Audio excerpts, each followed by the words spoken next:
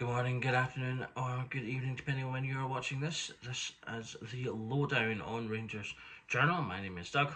I'm back again to give you the update on our upcoming opposition, which is Motherwell, in tomorrow's game in the Premier League.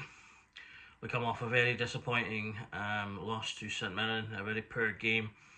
We were completely woeful in the first half. Picked up brilliantly for the start of the second half, played really well for a short period of time, and got an equalising goal.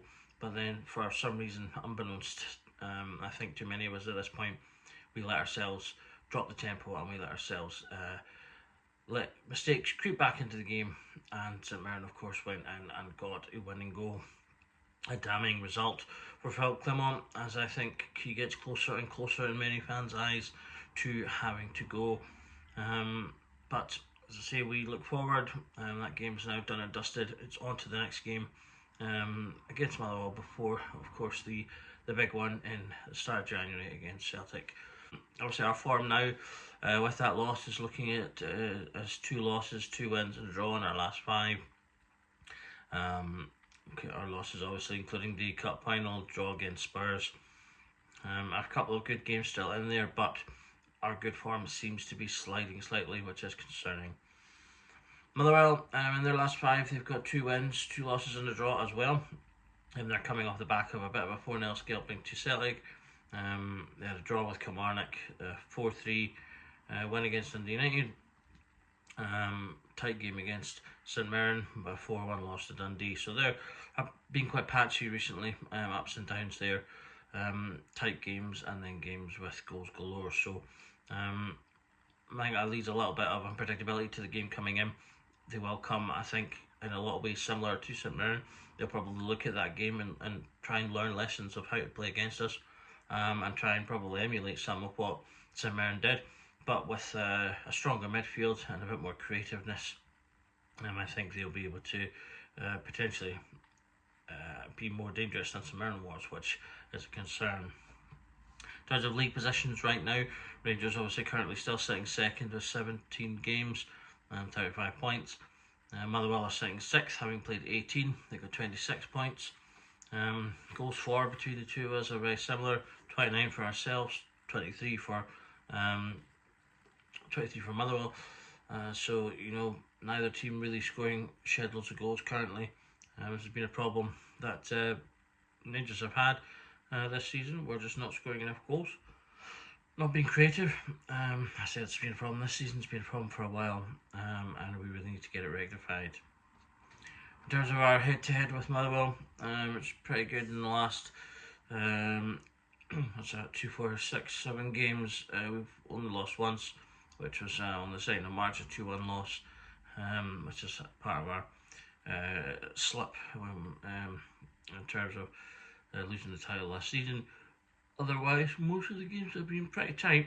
3 2-1s in a row. 2-2-1s in a row. A 2-0, a 1-0, and a 4-2. So the games have been pretty tight. No huge wins in there. I imagine that's probably going to be similar to what we'll see in the upcoming match as well, as the team, as I say, try to get over this the hump that they've got. In terms of sort of recent input stats, we've got Motherwell. They've scored 7 in their last 5. We've scored 9 in our last 5, so quite similar there.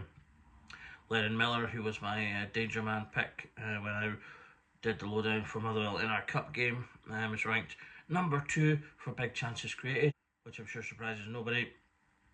Obviously, Lennon Miller, an impressive player and someone we'll have to look out for.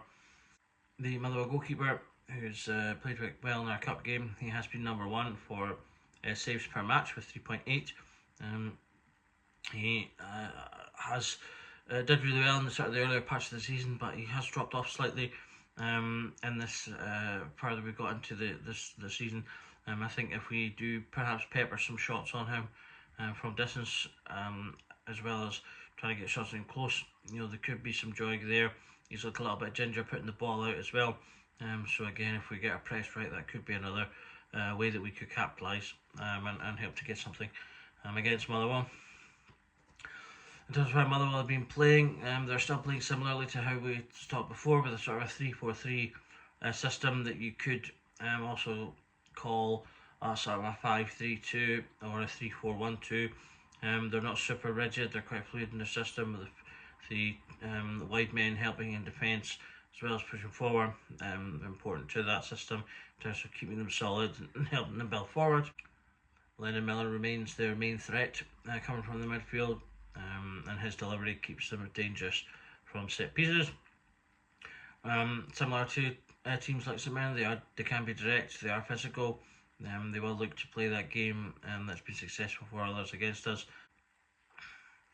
They've got a little bit more in their midfield, a little bit more creativity, a little bit more in terms of goals and assists, so they may well pose more danger than St Mirren. I would expect them to, in terms of being more creative and getting on the ball and passing it between themselves in short spaces a little bit better than St Mirren would have done.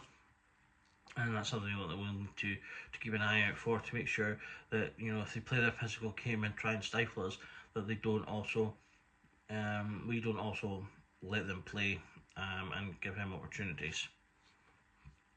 We've talked about Lennon Miller, 5 assists to 2 goals, easily Motherwell's best player. Tom Sparrow, who plays in their attack, usually the right side of their attack, has also been playing well. He's got 3 goals. Having highlighted Lennon Miller as the danger man last time, though, I'll pick out someone else for this one, and I'm going to pick out, let me try and get this right, Tawada Masenhise, who's another one of the Motherwell strikers. He's got 3 goals and 2 assists from 14 appearances, 8 of which have been starts. He's got an average fault mob rating of 6.73, and generally, as I say, I think could be a potential dangerous player. He's good at his sort of short, sharp interplay type of passes, with 72% pass accuracy in terms of getting the ball and playing those kind of passes. That's also led him to be quite good in terms of key passes as well. However, if you can't isolate him away from the team, then you can drastically reduce his effectiveness. He only has a 40% and 13% accuracy rates for his long balls and crosses, respectively. 36% in terms of dribble accuracy. So, you know, if you can stop him from being near players making short passes, then you dramatically reduce his effectiveness in terms of his accuracy with the ball. Also, in terms of him trying to dribble, he's not necessarily going to get too far with that either. But what he's probably more likely to do is get physical into a physical battle there and try and pull the foul. He does have 27 fouls won, which indicates, you know, he's good at making use of himself and having players foul him, so that's something we should have a look out for. In terms of duels won, only 44%. So again, he's not getting into physical battles and coming out with the ball. It seems more like, you know, he's getting into physical battles and winning fouls from that. So that's something that our players should keep an eye on, and don't let themselves get sucked into those types of battles. 21 recoveries. He's got a good defensive contribution to the team as well. He likes to try and dribble, as I say, without necessarily getting too far. But he does keep the ball on the ground in general. So, as I say, if we can isolate him, then we can nullify that effect on us. But if not, he does have the ability to play neat passes in the shorter ranges that Motherwell can benefit from. In terms of ourselves, I think there does need to be some changes in the team coming into this game after the disappointment of Motherwell. I think Clement needs to demonstrate to players that if they're not performing, then, you know, they're going to come out. The difference when Danilo and Raskin came on in the second half was sort of night and day, so I think both really have to start this game. I think Diamandi plays better with Raskin beside him as well. If you have the two of them together, that'll pick up the midfield. And then I played Danilo in that sort of 10 supporting striker role behind Egaman. We've been better with the two strikers on the pitch. I think most people are a bit concerned as to why he seems to be drifting back to these old tactics that weren't serving him so well, when having the two on the pitch has proved and worked well, regardless of even where they're playing on the pitch as well. You can play a man out on the left if you want to have someone else in the centre and play Danilo up front. But I'd probably keep Ekman up front, play Danilo behind him. You know, it's quite dynamic. His movement, his runs, I think, will cause problems.